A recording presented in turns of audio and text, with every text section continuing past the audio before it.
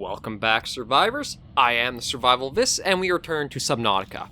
So last episode, we just got through the little intro, and we got the scanner. And one of the things I was going over was about how they've explained all the biology and the designs behind the creatures. So what I want to do is just kind of show that off a little bit for you guys, because not everything gets the full treatment that I feel like it should for the animal designs they've come up with. Like the rabbit ray here.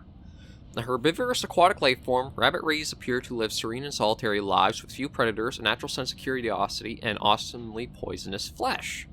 Really? I didn't even realize that they were poisonous. Or their flesh was. The adaptation for the ears are twin orange appendages mounted on the head sense vibration in the water. So, less ears and more kind of like antennae. Undulating wings. Markedly similar method of transportation to that of Earth rays. Zero genetic resemblance detected, suggesting these two species independently develop similar solutions to their environmental circumstances. That's a case of, I believe, convergent evolution, as two completely unrelated creatures managing to adapt to using the same sort of mechanisms in order to overcome their environment. Evidence indicates its large, side-facing eyes are relatively recent adaptations. It is likely there are related race species in other environmental biomes on the planet. Inedible but harmless for its assessment. So this thing didn't get its eyesight until recently, which means its ancestors were probably deeper water living species that might have migrated up towards the surface more with light available for them to actually take it in. But it's that depth of design I love behind this game. Ooh. Let's just... Oh, a new message. Let's quickly pop in to hear that out. Receiving pre-recorded distress call, laying back. This is LifePod 3, uploading our coordinates. We're plugging some holes in our emergency sea glide, so if we're late for the rendezvous, don't panic. Also, don't go home without us. Seriously. 3 out. Signal location uploaded to PDA. Okay, so they are patching up a sea glide, and the sea glide is something we could really use, so it's over in this direction. It is a little bit of a swim out to it, but thankfully we've got a few things that should be able to kind of cope with that. Actually, I didn't even realize I could even scan this scrap metal. You know what? Before I do go scanning, we'll probably... Oh, actually, we should scan these guys. The gasopods. As they might not react nicely to me being so close. Yeah. So we're just going to quickly scan the last. There we go. So that's something we'll look up as I just float to the surface here. We should be safe where we are. It's the gasopod. A slow-moving life form and one of the larger herbivores on the planet. Providing substantial meal to would-be predators, the gasopod protects its domain by filling the surrounding water with poisonous and corrosive pods whose contents dissolve even synthetic fibers. The filtration system, its little gas mask-like nose, or snout, thick, non-reactive skin, and multiple gill layers renders this creature impervious to the noxious acid clouds it produces. The algae gland... Oh. Okay, so that's actually the algae gland. So it's algae that seems to be the substance that they kind of secrete out. A bulbous sac-like appendage on the rear end, a luminescent yellow algae grows inside the sac and produces the poisonous compound. Abdominal muscles can contract, causing the algae gland to emit the noxious compound in the surrounding water. Large pelvic fins, capable of powerful movement through the water when moving in small herds. And behavior. Gasopods appear to be social in nature and may even use their emissions in their relationship rituals. Their audible calls are likely signifiers of nearby threats or food sources. In assessment, approach with caution. Acidic pods may be retrieved and repurposed. So I wonder if that's the case. Yeah, we can pick them up. As long as we get them before they detonate, we seem to be able to pick them up. So there's something we might be able to do with those, although maybe we won't spend too much time on that. Instead, we will get a scan on these guys, the floaters. So they're a creepy little thing. Yeah, you can already see in the picture, they are kind of a creepy thing there. We'll pick some of you guys up. And the physics are enabled, so this rock now should probably just start sinking. Yeah, there it goes. Okay, let's look up a little bit on the floaters. It's a scavenger and parasite. So the floater are actually two different species. Two species living in symbiosis which attach to and attempt to feed on any objects they come into contact with. The pink main body and intersection jaw is the dominant creature. Once attached to an organism or other stable surface, it will attempt to leach nutrients in order to grow. Kind of like a lamprey would on Earth here. Microorganism membrane. Outer gel-like substance is a mesh of microorganisms capable of forming a sealed vacuum around the creature's jaws. A helium buffer. That explains the floating capability. A thin layer of helium is stored within the outer membrane, providing buoyancy to the floater and anything it is attached to. May aid in flotation of sunken objects. So these guys, you actually can play around with them a little bit and do some interesting stuff. I may hold on to them just to see what the life pod we're going towards might have in store. But let's check this crate. This might give us, yeah, a sea glide fragment. That's one of the things we want. Because that'll count towards working and getting us sea glides we can use ourselves. We won't cut any of the creep vine yet. But we will keep swimming for this escape pod. We're not too far off now.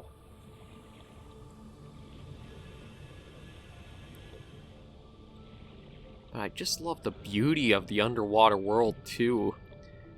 It feels so alive and natural. Like you can believe that a place like this could exist, and hell, even on Earth in some really remote place you might find something kind of like that. Ooh. Silver-based wiring kits are an essential component of many habitat modules. Well, I'm glad we were able to find that little bit of silver already, because I know that's one that will come into handy later on, but oh. Something did not like the escape pod. But what's weird is it looks like it's been exploded out? Oh, what's this? A data box with a compass recipe and a PDA. Blueprint acquired. Okay, so let's swim up to the surface and play this PDA or read it. Integrating new PDA data.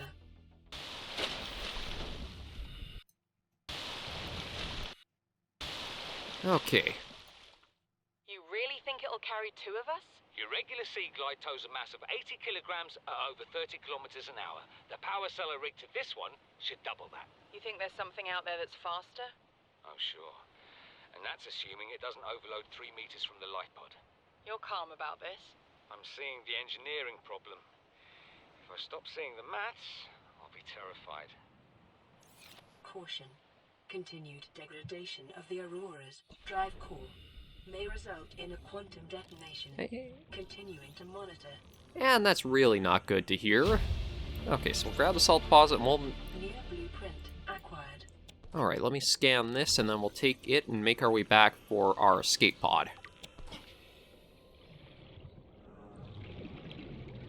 Oh, there are some stalkers down here, so we do want to try to keep a little bit away from them if we can. I don't see any other copper to break down yet. We'll get our bearings a little more once we return to our escape pod and make a few things, just to get ourselves a little better situated. Because I think we've got a pretty full inventory now. Yeah, really full. I think I will be making a few waterproof lockers.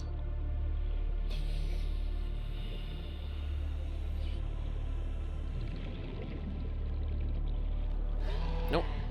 Oh, the gas pods, I guess, didn't like us going by. Maybe I'll show you guys a little bit of the fun you can use the floaters for. So if you take this gas pod right here, you can sort of stick them to it. It takes a little bit of a trick or two, but... Oh, where the...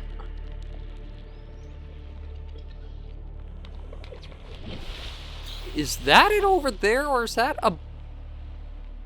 I'm hoping that's just one of the sky rays, and that's not actually what I think it is, but it's...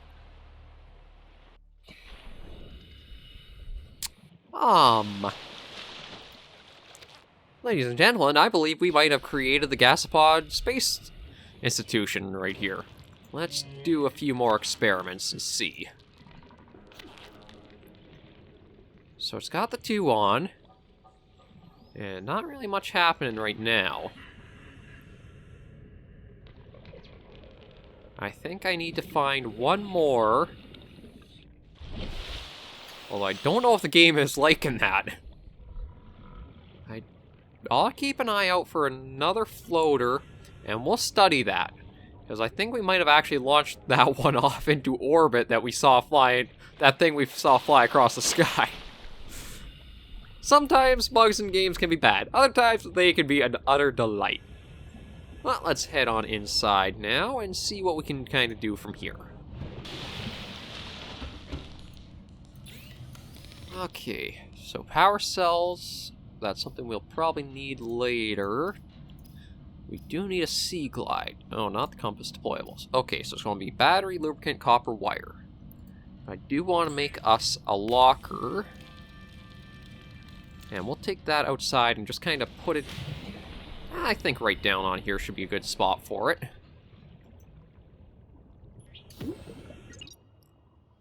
And you know what? Let's put all of our titanium in here. And we'll just change that to titanium. So we know where to go quickly for it. And let's break down the scrap metal we got.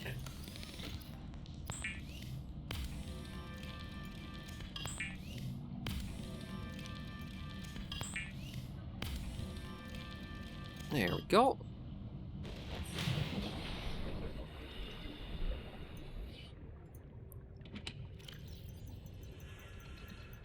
Yeah, that holds a nice amount.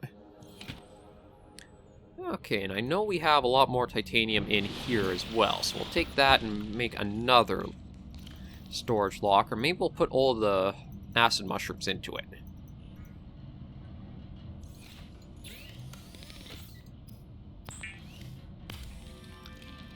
Keeping yourself organized and hoarding materials right at the start of any survival game isn't a bad choice to make, just so that way you always have ample resources to try to figure out whatever problems you have to solve. So this will be mushrooms. No. Okay, there we go. My best advice if you are playing any survival game is to take your first moments just to assess what situation you've been thrown into. Is it like Subnautica here, where, say, you have a little bit of an idea of what's around you and you can kind of be calm about it? Or you thrust into something like The Long Dark, where you're in the middle of nowhere, freezing, and need to desperately get yourself sorted out quickly. Well, actually, I want to see, what do I need for a flashlight? Because I think that's one thing we can make. Tools. There it is. Just a battery and glass. Glass, I think... Yeah, the quartz we used, or found, can be used for glass, so we'll start with just the one. I don't think there's... the high capacity, though, we could do that. Let me see how much quartz we actually picked up. Do we have enough for another? No, we don't. I'd kind of like to get that standard higher capacity, just so that way we have that super early and we can go a little further and not worry about our oxygen levels quite that badly. There we go. Look at how much we got now. We can stay out here for quite a while. We just kind of need to be able to see stuff first. So let me think. Okay, it was copper wire and the battery. We got all the mushrooms and we have enough titanium that we shouldn't have to worry about anything for a little bit there. We'll just need to wait till morning sort of appears for us before we do more diving and looking around. So unfortunately, it's... Oh, actually, I can scan some of this stuff, so we'll... I don't know what that beep was about. Maybe just that it completed? We'll just do a lot of scanning. I don't know if I'll go into that much on the fauna of things. Ooh. A little piece of titanium. I was hoping that'd be copper. But we'll scan more of the wildlife so that we can kind of do a little bit of a read-through on what their details are. Like the boomerang here. And the peeper. Although the peeper might be a hard one to get scanned because they are a little timid. And can vanish pretty easily if they close their eyes. So we got a couple more things there we can read. And let me see about a bladderfish. Look at that as well, because that's probably one that you might be curious how you can get water from them.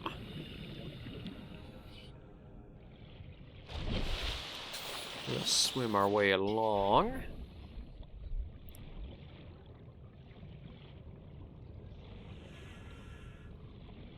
Okay, and pop right inside so we can take a little rest while we wait for morning to come. So, let's go back into life forms. We'll go into... start with the bladderfish here. This unusual herbivore appears to be mostly defenseless and bears little resemblance to the other life forms around it. So it's definitely its own unique species. A semi-permeable bladder, the bladderfish is able to filter air and seawater into its body cavity through a unique membrane which surrounds its spine like a bladder. This allows it to remove and consume organic particulate caught on the way and adjust its buoyancy. The open-end vascular tubing, which are the little things at the tops and bottoms of the bladders, can be angled and contracted to pump out water and achieve low-velocity guided propulsion. Largely oblivious to threats and practically immobile at night, its only identified defense mechanism is composed almost entirely out of water, air, and cartilage. So it is edible. Oxygen may be retrieved from the bladder and added to tanks on consumption. Membrane has applications as a natural water filter. So it's more using the bladder to filter the seawater than it is actually getting the water right out of the organism. Because I don't really know if it classifies called a bladderfish, but seems like it operates on a lot different biology than anything fish-like. The boomerang. The herbivore encountered in large numbers, is found to frequent shallow waters and move in schools. So as you can see with a little close-up there, it does have serrated teeth.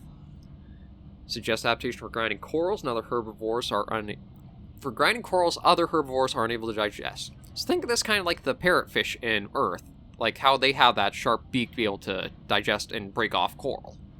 Twin fins. Unusually, the species' two fins are a cartilaginous extension of its skeleton. They are less prone to damage and provide superior propulsion, but are also harder to grow back.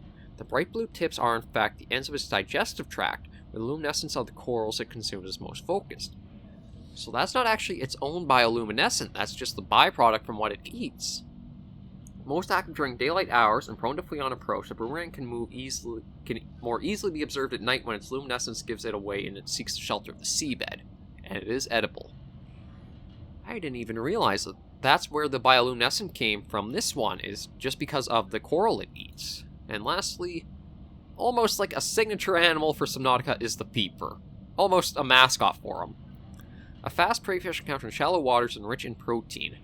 Developed side-facing eyes, capable of discerning colors not just in shallow waters but in a variety of lighting conditions. It is also able to close its eyelids, thus preventing light from reflecting off the lenses and rendering the peeper almost invisible to nighttime predators, as we noticed when we were trying to scan a couple of them.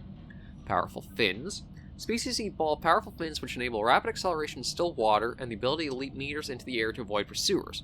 They're kind of fun to watch as they do kind of breach themselves to get away. Likely used to break down corals and tough vegetations, the beak has an unusually large nasal cavity which serves no obvious purpose and appears to be specially evolved to detect a single specific enzyme. Nothing encountered on the planet so far produces a matching odor. That's really interesting. Once we get into the story, that'll explain itself quite a bit more, but that's really interesting. And expulsion tubes. Tubes attached to the peeper's torso are connected directly to its stomach and gills and appear designed to expel its contents on demand. Purpose is unclear. While the peeper is well adapted to survive in shallow waters, a number of its features serve no discernible purpose. It appear to be just as well suited to survive in deeper waters and somewhat more intelligent than the usual small herbivore.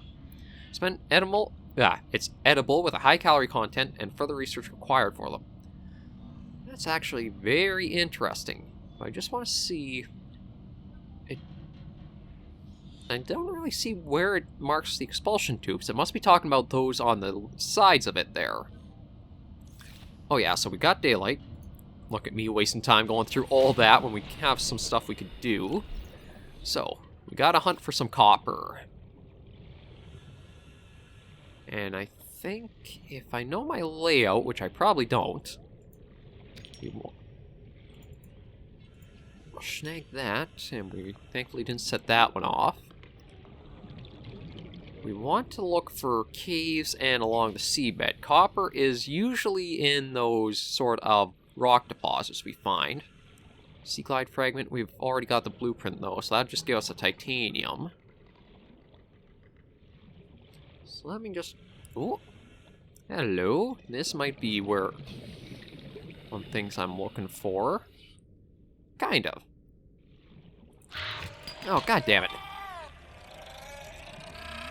Ow. That one was quite a chunk of health gone. We felt that one alright. Well, we've got some quartz. We had found the one piece of copper. Titanium. We'll probably be building quite a few titanium lockers just so that we can have a place to store all the titanium we get as we go. We'll definitely be using that first aid kit once we get back to the pod, because those little living bombs are not something to play around with. If they get you cornered... Oh, crap. Ooh. I should dodge that one. If they corner you in a bad spot, they, I think, could two-shot you. Oh, come on. We weren't even in that cave. No. Ow. Well, I don't know if it's good news or bad news that we're cleaning out a lot of these caverns to explore later. Just, ow. Oh, we'll snag whatever this is. There's some copper for us. And up to the surface. Ow, though. Okay, we've at least got ourselves some copper in that, so let's pop in. Get all of our bars up a little better.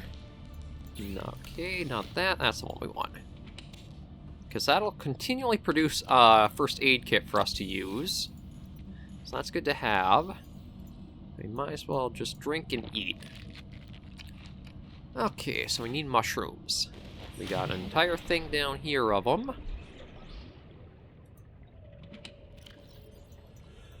So we'll just take 4.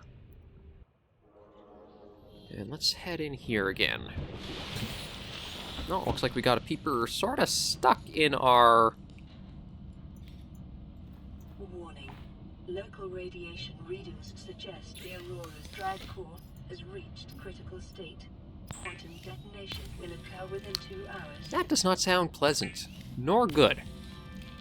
I mean, it sounds like it's going to be awesome for us to watch, but that does not sound like a good thing for us.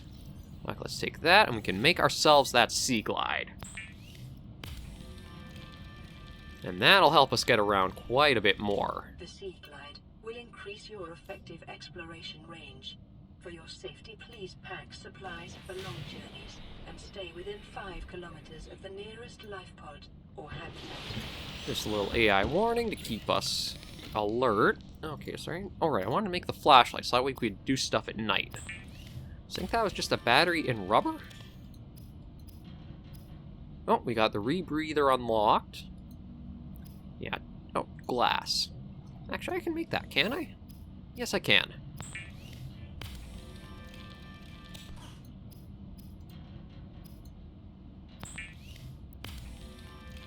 There we go. Yeah, the habitat builder will be something we do later. But now we've gotten ourselves most of the basics for our survival. We will probably grab a few air bladders, or bladderfish, just that we can process them and keep ourselves hydrated.